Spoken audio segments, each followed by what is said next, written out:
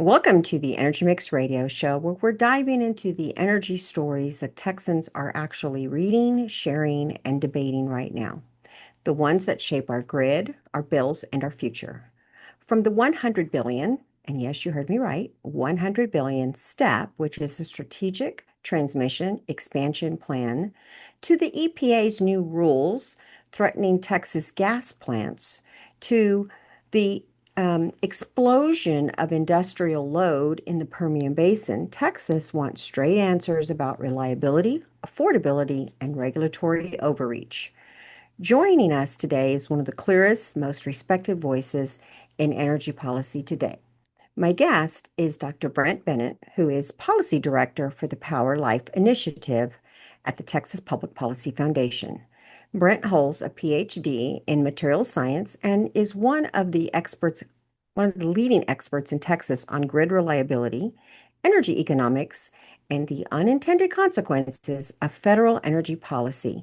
His latest work examines the STEP Transmission Plan, ERCOT's Reliability Challenge, and the impact of federal regulations on Texas energy markets.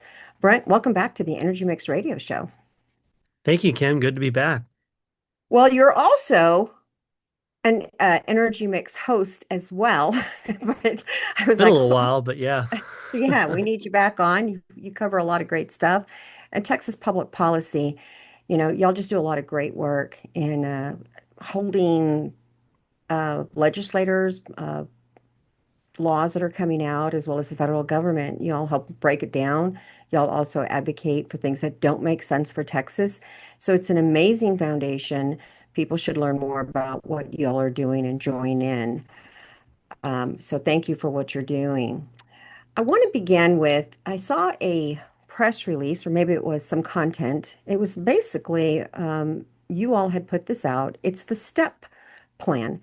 And as I mentioned earlier, it is the Strategic Transmission Expansion Plan. For the listeners who don't know what it is, we're going to explain it, but it has exploded into public debate because of its unprecedented price tag and the fact that it bypassed the Texas legislators entirely. $100 billion and nobody had to vote on it. Texans are trying to understand how this project, how did it scale this big, a nearly 100 billion, and how did it move forward with so little public input? Many people are asking whether it's truly about reliability or whether it's about driving the renewable developers and federal incentives. Tell me a little bit about the project. Why is it advancing so aggressively, and who's really driving it? Well, that's how much time do we have? We'll try and It get could it be the done whole before the show. break. Yeah, could be an info. So first of all, yeah, the plan itself is the Strategic Transmission Expansion Plan. The capital cost is $33 billion, but the lifetime cost that you cited over 30 plus years, which includes financing, maintenance, it's like buying a house when you buy transmission lines in a lot of ways. Okay. That's close to $100 billion. And the basically the core of the plan and the part that we have the most doubts about, the part I've written about calling into question is the high voltage 765 transmission lines that run from here out to West Texas, and then also there's a part that loops around to Houston and the coast. So it's just a big statewide plan that was put together by the Electric Reliability Council of Texas, our grid operator, and approved by the Public Utility Commission about a year ago. And the there's kind of two different aspects to it. The western piece, which is now being uh, basically routed, and the reason I'll go back a little bit. The reason a lot of people didn't know about this is because, of course, nobody follows the dockets, right? The Public Utility Commission. We do. A lot of, the major stakeholders do, and the industry does. The landowners don't. And so what happened is they approved the plan, and then what happens once you approve the transmission plan um, you know, is that the transmission companies then have to go out and select a route. And when they do that, they have to notify the landowners that their land could be taken for these We're going to get transmission into that lines too. Yeah. through eminent domain. Yeah. And so the first that a lot of so the first a lot of these folks had heard about it was when they get the letter from the transmission company, right? And then they go call their legislators, and their legislators like, well, I didn't know about this. I didn't vote on it. Well, it was, you know, I mean, anyone had access can go access the Public Utility Commission dockets, but that's not something that regular folks do, right? Like I do, it's my job. But so that's I think one of the core problems here in the way that this is planned. Now, for most transmission, when you're building, 10, 20 miles at a time, different segments, right? This is a proper way to do transmission planning. We don't need the legislature voting on everything. We don't need the public to be involved in everything. But those are, 50, $100 million projects that, cover a few dozens of miles at a time, right? This is this is a $33 billion statewide plan that involves over almost 4,000 miles worth of transmission line miles, right? And so when you send out, it's kind of remarkable. The last time we did something like this was the competitive renewable energy zones, the CREZ lines that went up to the Panhandle to bring wind down in the Panhandle. That was voted on by the legislature. The legislature created that project. And so everyone was kind of aware of it. I think the what caught so many people by surprise was the fact that a project of this size um, was never debated in the legislature. And so now that um, so now we're in this situation where you have a lot of people and calling into question what's the purpose of this?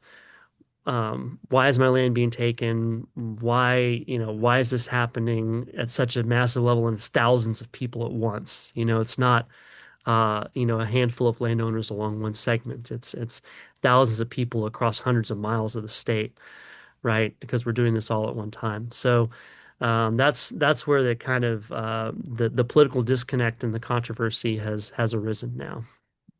Well, you mentioned 4,000 miles. That's going to touch a lot of people's lands.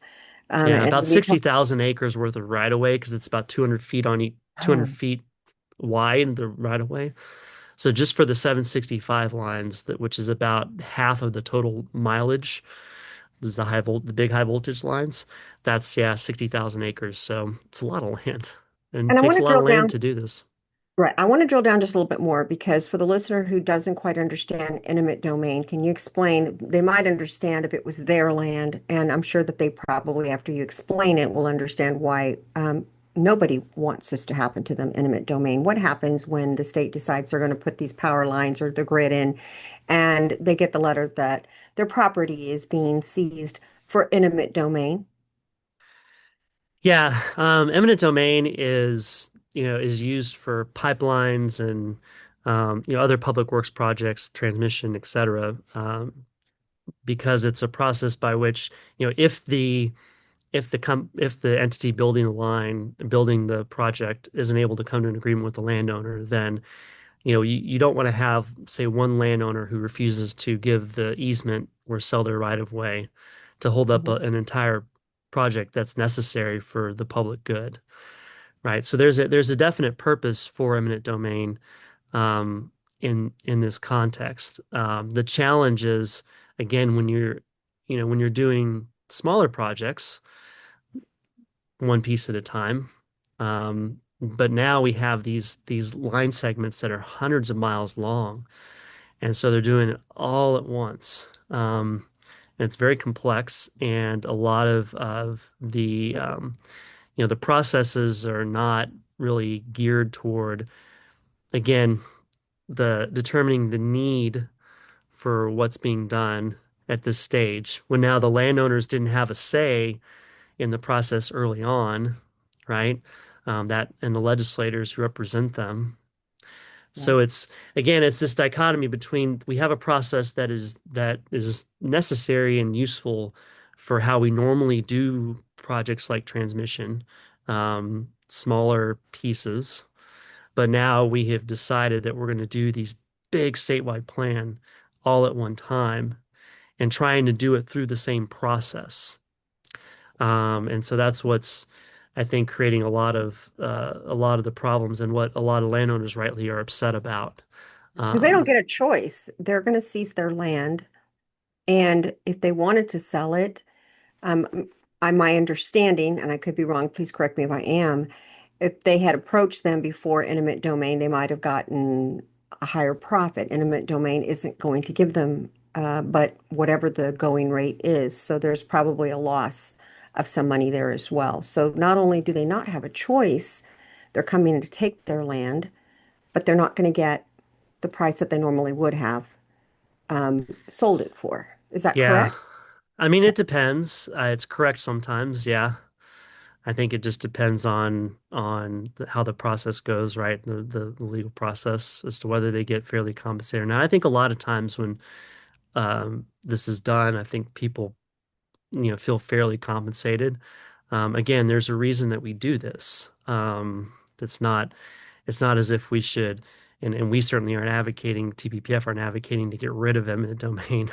Right. No, no. I Because know we need it yeah. for, I mean, we're having 2,000 people moving in to Texas a day. So we need to Hmm. plan for the future. We need to have adequate energy supplies, utilities, water. And that is something that we're challenged with right now. And that's why this is coming forward. But it seems as though at 100 billion all in, and our legislators don't know about it. It wasn't really highly publicized.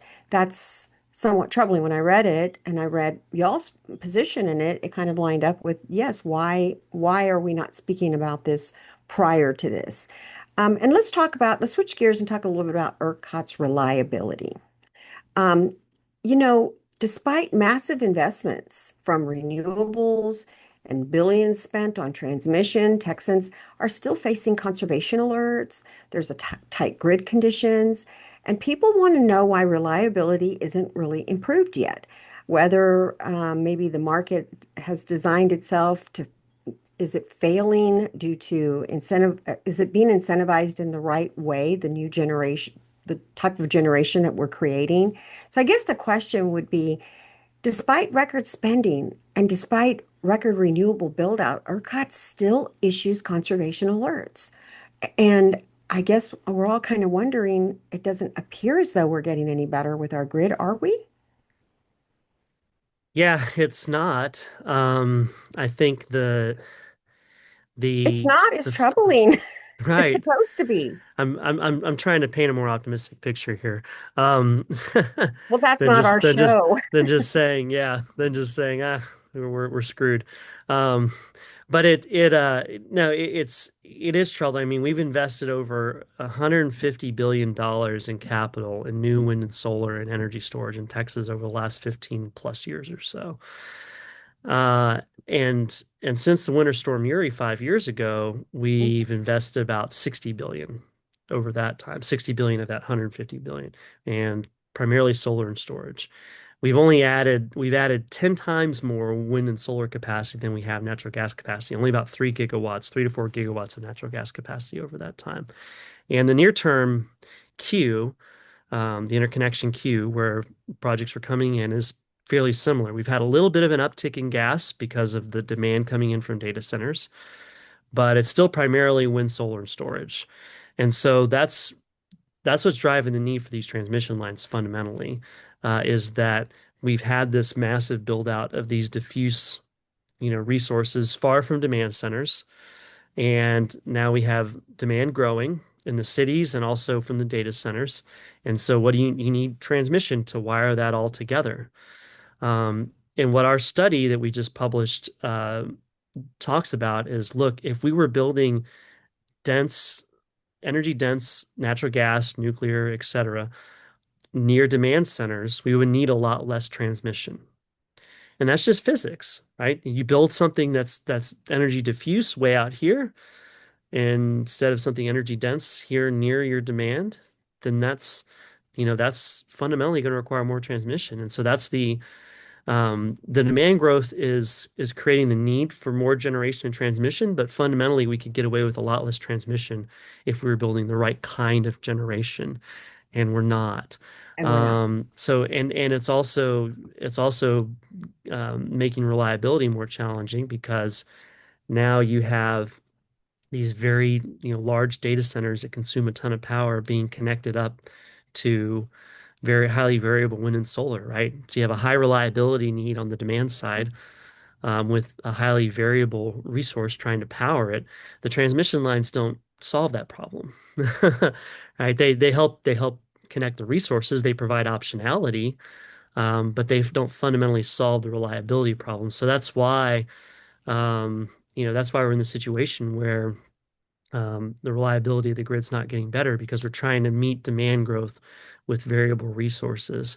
And we need more reliable resources on the grid, and that'll help also reduce our transmission costs and the need for these massive transmission projects. Because, the thing that worries me the most is not just the step itself, but the fact that it's just the first tranche.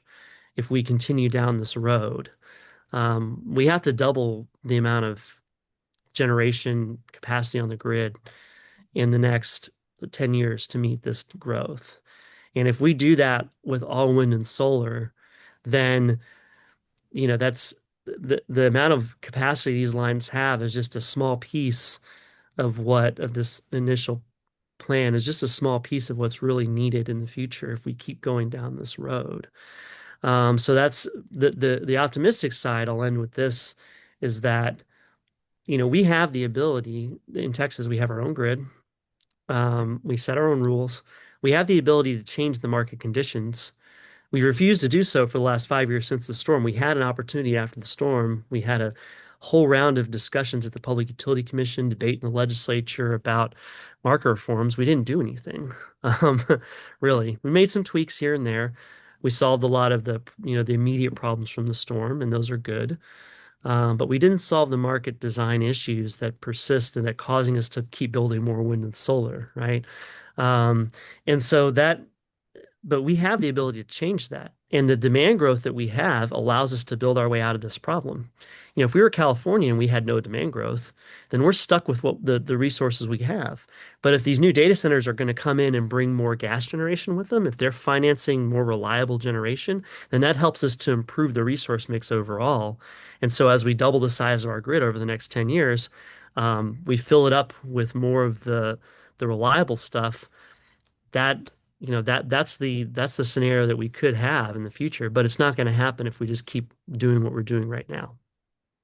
I have so many questions on that, and I know we got to move on in the show too, but I guess the main question I have is it seems like we learned from these Storm Uri, that when snow comes, it covers the solar farms, and those are not going to be reliable, and the wind turbines froze. So we should be looking at the dispatchable energy as far as natural gas.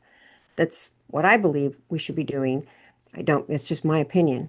But it doesn't seem like we're doing this. It seems like we're doubling down on an energy source that we already know in those kind of conditions. I don't want anybody emailing me, "Oh, why am I against solar and wind?" I don't have an opinion, but they were not reliable when we needed them to be, if you talk about those conditions. So we need reliable, and that's not the, it looks like we're doubling down on some things of silliness. So I guess my question before we move on to the EPA and power plants, um, who's behind not making good decisions? And what is y'all's position? Like, I want to allow you an opportunity because I did bring up the question about STEP, but what is Texas Public Policy's foundation? What is y'all's position in this as far as having this build out? I know you're against it, but specifically tell us why. The reason why is because again, the build out is driven by the fact that we are overbuilding, over relying on diffuse intermittent energy from wind and solar Yeah. that's far away from where the demand is, right? Okay. And so we still need transmission, Right. and we're not against transmission at all. But this plan in particular, that we are against, is being driven by that need. And again, the resistance to changing the market is coming from a lot of corners. Obviously, the wind and solar companies are benefiting from the status quo, but also a lot of the big consumers, whether it be the large oil and gas majors, the data centers, the entities that benefit from that are able to hedge power, in a way that residential consumers can't, and that also have corporate net zero goals, right? So they all want to say that they are, you know, 100% emissions free with their operations, right? Those net zero goals are a big factor in their lobbying.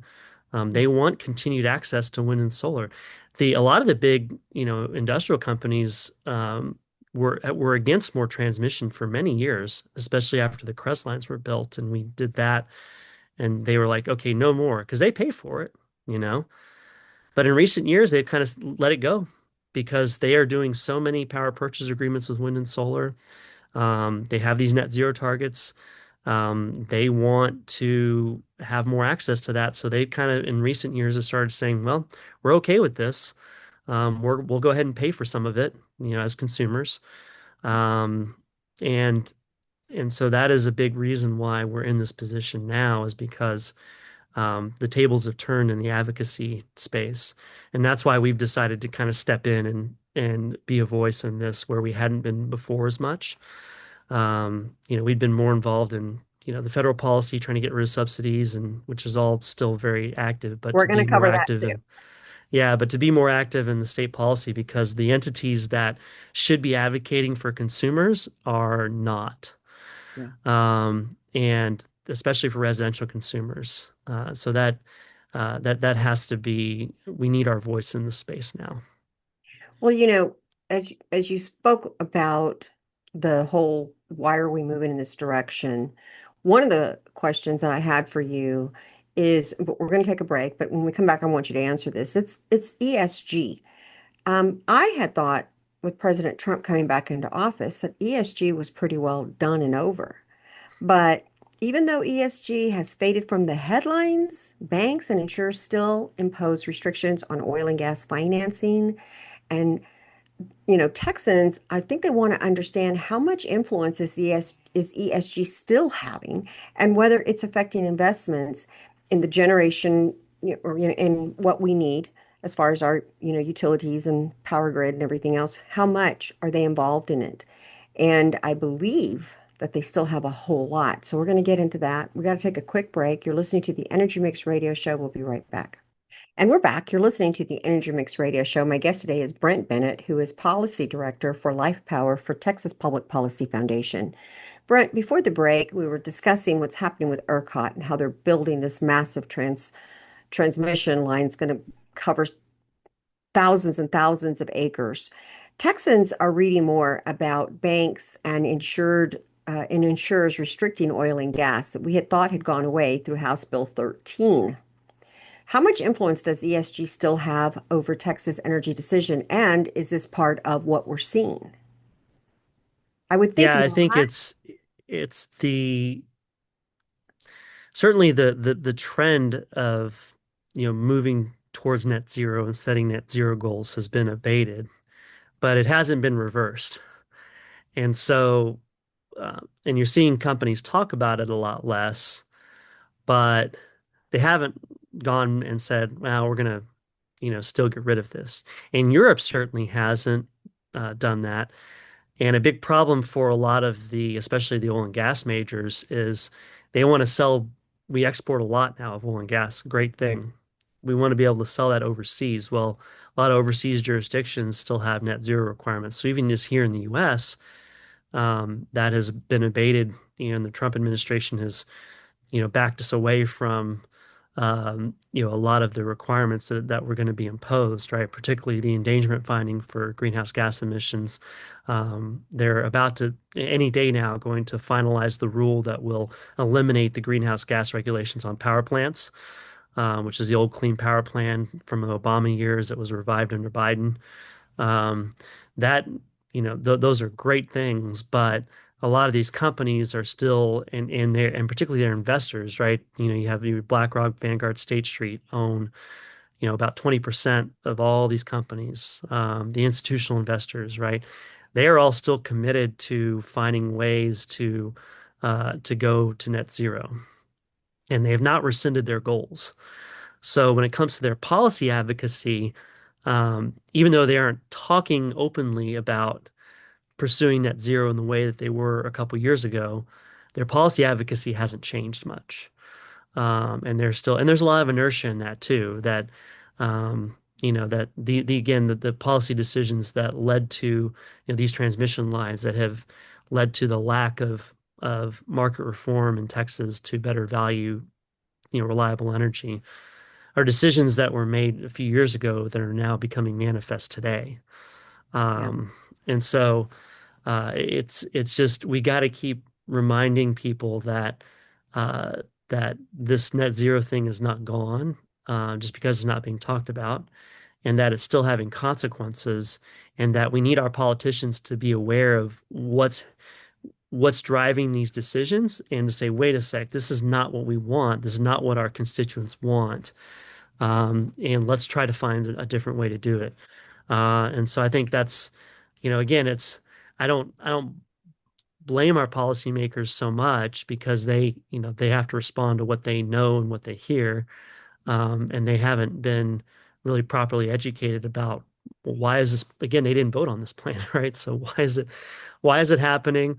What's driving it? Why is it happening? Well, the overbuilding of wind and solar is the root cause of it, right? And why is that happening? Well, because we haven't, our market fundamentally, we pay all resources the same clearing price. So that then so we don't value reliable energy more than unreliable energy, which, is kind of crazy when you think about it, but that's how our market's structured. And so we are fundamentally giving wind and solar a leg up in this market. That I then think is why that's why we end up with 90% of our queue being wind and solar. Well, and I wonder how much of it, because my understanding also is, we're all globally connected, and especially when we're talking about these large, massive oil and gas projects trying to get financing and these global banks. Just because we might have changed the policy here in the United States doesn't mean it's going to affect them in Europe or wherever. And this is where they're hmm getting their funding. And so if they don't have funding and they're not getting the funding because they can't keep up with the ESG regulations that they're requiring to either loan them the money to continue the gas project or the oil project, whatever it is, and or they won't even buy. Crude traders now are having to look at that. It's been in place. They get a premium dollar for more crude that is monitored and showing that it's got the ESG part of it embedded into it, meaning it's lower in emissions. So it's kind of all interconnected. And maybe that's also something that maybe Texas legislators really don't have the authority to get involved in. And with House Bill 13 being struck down as unconstitutional indefinitely, I don't think that they can hold him accountable. We're going to take a quick break. I'll let you answer it when we return from break. And I also want to talk about gas generation storage too, because this probably would be a solution. But we got to take a quick break. Brent, let's take a break. You're listening to the Energy Mixx Radio Show. We'll be right back. And we're back. You're listening to the Energy Mixx Radio Show. My guest today is Brent Bennett, Policy Director of Life Power for Texas Public Policy Foundation. Brent, I made an error. You corrected me. Thank you. Senate Bill 13 has not been struck down. I thought a judge had struck that down. So thank you for correcting that. But tell me, so then if that's in effect, what is happening in the Texas market then? I'm not Yeah, well, understanding then what's that happening. bill Yes. that bill um, that bill basically said that Texas wasn't going to do business with companies that were promoting net zero and trying to shut down the oil and gas industry, right? So it targeted financial institutions that were doing that. But um, that's just a bill that says, okay, well, this is how Texas is spending its money. It's not something that fundamentally changes the dynamics that much for a lot of the big banks. Now, the Trump administration and what it's doing at the federal level is changing the dynamics. The rules the SEC is putting out right now to eliminate the requirements for climate disclosures, the way the EPA is rolling back their regulations, that is. And so, again, as much as I respect that, a lot of companies may want to keep their net zero goals for certain reasons, depending on where they're selling energy or their products and who their Mhm. investors are. Um, it doesn't mean that Texas has to be held hostage to this. Absolutely. And these companies can push back, and we can push back on the companies, and the companies can push back on their investors. That's what Senate Bill 13 showed. It didn't do a whole lot in and of itself, but it was a signal, a marker. And you see what's happening now. I mean, Exxon just won a battle with the big proxy advising companies who didn't want Exxon to reincorporate in Texas, and Exxon said, "No, we're going to do it," and they did, and everyone was, they won the vote. Investors were okay with it. I don't think that if we were to stand up and say enough's enough, we're not going to countenance this overbuilding of wind and solar. And to the extent that we are going to be doing this, then you companies need to pay for it. You can't just get by on the cheap and socialize the reliability and the transmission costs. You want it, you pay for it. And I think that would change the dynamics a lot. And then they would go to their investors and be like, look, Texas isn't letting us do this on the cheap. We can't stick with our net zero goals. We're going to drop them. And I think that would happen.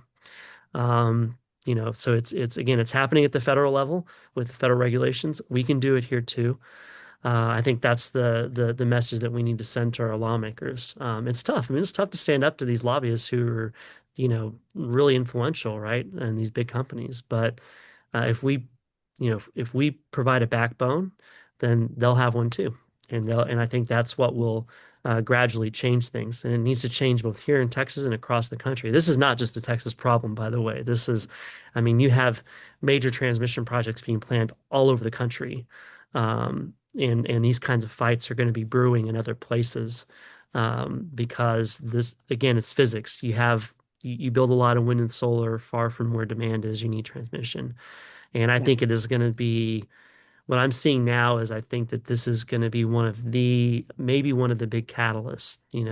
We had a big storm 5 years ago that showed us that the problems were with relying on these resources, using Hmm. them as the main resource for our electricity instead of marginal resources, which is what they really are.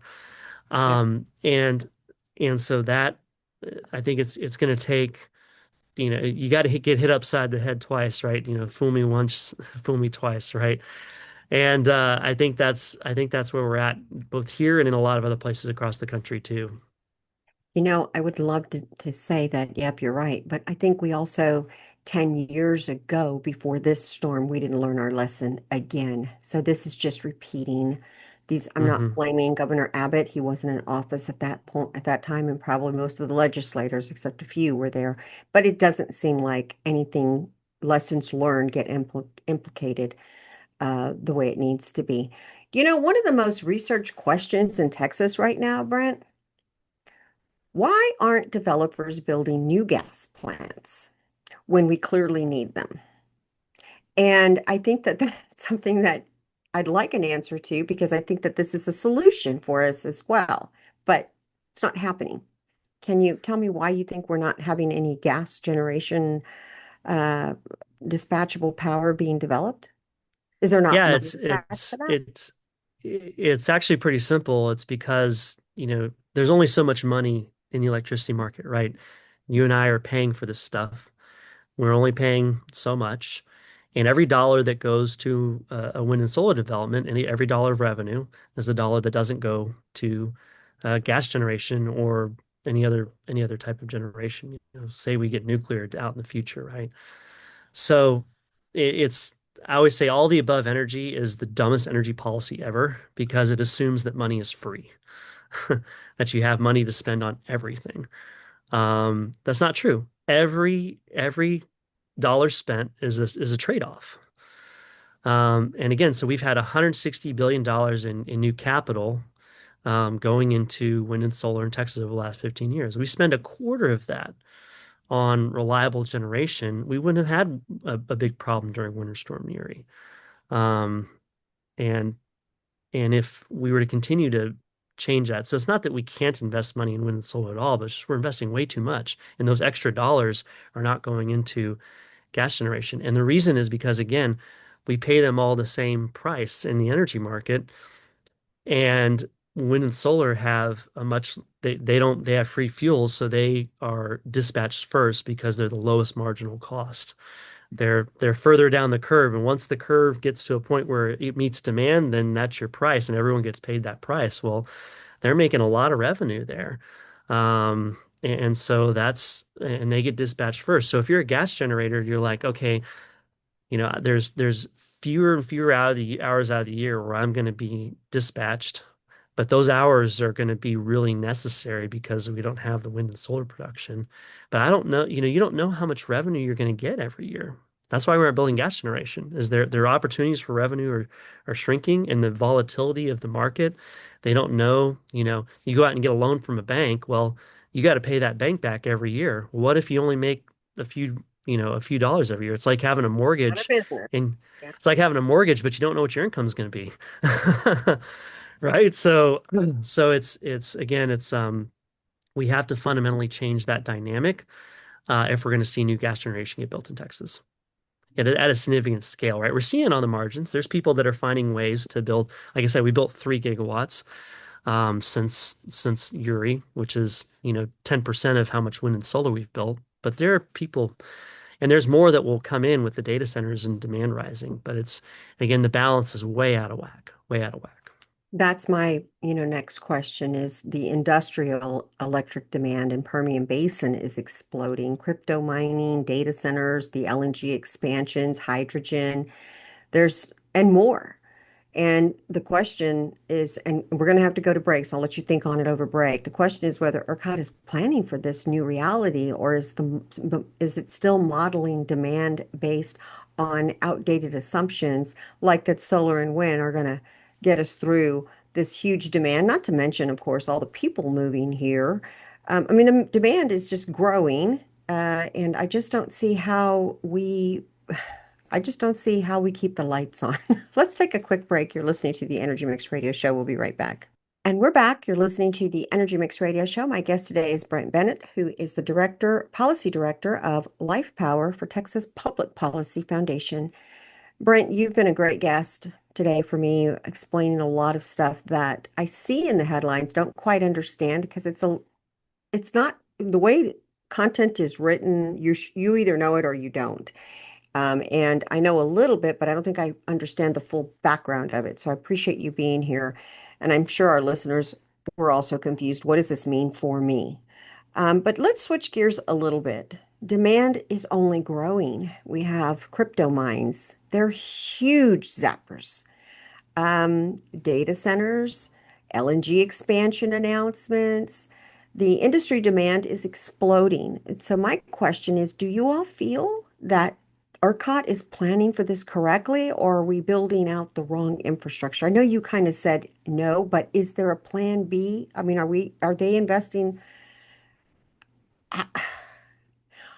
Are we prepared for all this potential demand?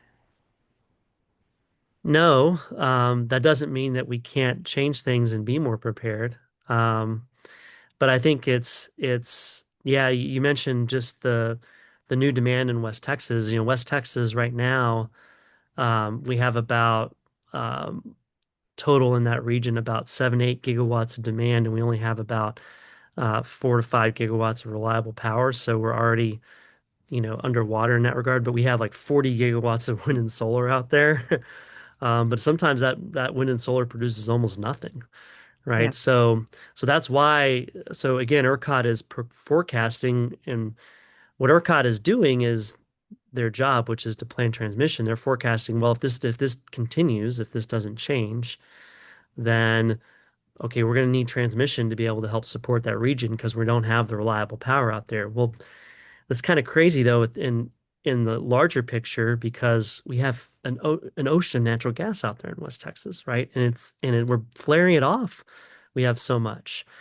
So it's just a broken market dynamic that's creating this, and the legislature and the Public Utility Commission can change that market dynamic, and then that changes what ERCOT will say is needed in terms of transmission. If we build, you know, 5 more gigawatts of gas, um, and keep adding that, we're going to need it even with the transmission lines. Transmission lines only replace so much capacity.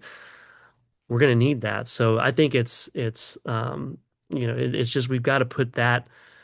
we've got to put that first. We got to get the right generation in the mix first before we start to say we need these big statewide transmission build outs. If it comes to pass that we still, even if we're building the right kind of generation, we still need a lot of transmission because of just demand growth.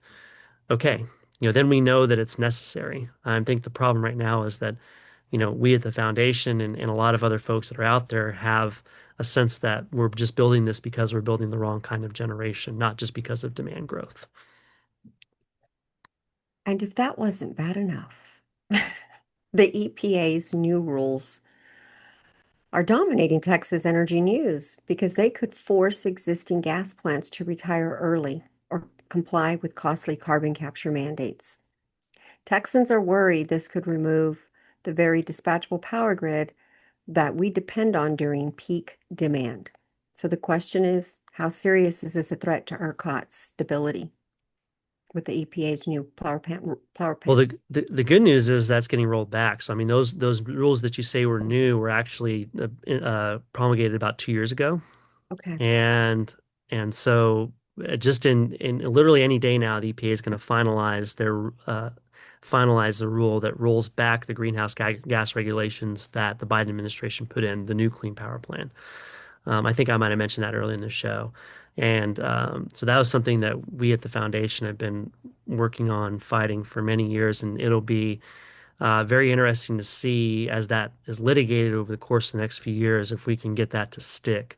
I think there's a good chance that the Supreme Court will finally rule and say, look, the Clean Air Act doesn't give the EPA the authority to do this.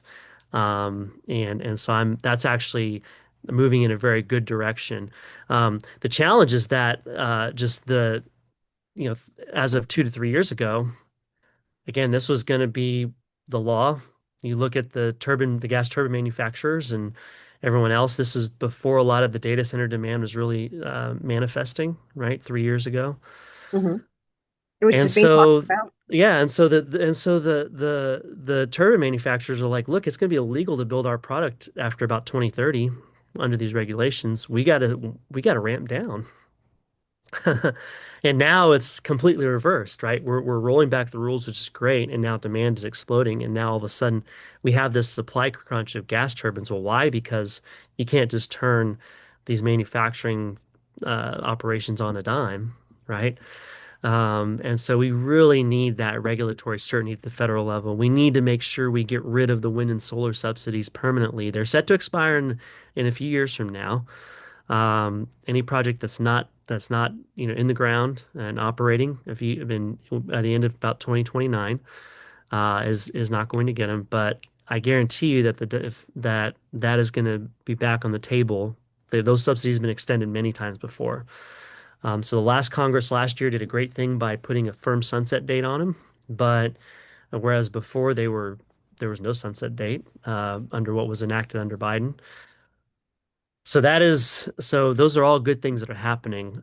We just need to make sure that we do the work over the next, few years between now and 2030 to get these things to stick permanently because that's ultimately what's going to open the door to getting the manufacturing, getting the all the supply chain that we need to manage this growth on the grid. So last question is, if lawmakers could change just one thing to stabilize the price and reliability, what does Texas Public Policy and your division specifically, your department, think that we need to do? I know you said we need to look at the solar and the wind and look at this. Do you have a good indication the legislators will be looking at this in 20 when they resume? Yeah, I mean, we have to make wind and solar generators and the people buying wind and solar power pay for reliability. You know, if we're going to give them the same market price for their energy, well, they need to be held to a reliability standard that makes sure that when we pay for those resources, that we're also getting reliability. So what effectively that does is that eliminates this revenue imbalance between your your variable generators and reliable generators, right? So now that when we pay for energy, we're getting reliability. So um, we How would they do propose that? well, we proposed legislation last session that would make, basically impose a requirement on wind and solar generators to provide more reliable power, basically to pay a portion of their revenue back to reliable generators and to firm up their power. That's one way to do it. There's other ways where you could say split the market up and pay them a different market price. So the wind and solar guys get paid a lower price for their power. So there's a few ways to And do it, and we need to, and so you know, we have to have that conversation. We've been trying for 5 years since the storm to really motivate this conversation, and like I said, maybe it's getting hit over the head twice. We got hit over the head with that storm that relying on these resources is in the way that we are is creating problems. And maybe these transmission lines are the second indication that we can't keep going down this road. And so we hope that that's a wake-up call to lawmakers to start seriously considering some of these solutions. absolutely, Brent, thank you for joining me today, and helping us talk through and walk through what we're watching, the decisions that are shaping our grid, our economy, and of course, property rights. But I want to thank you for coming in and joining me on the Energy Mixx Radio Show. I had some things that were wrong, so thank you for clearing that up. I appreciate that because I certainly don't want to disseminate incorrect information.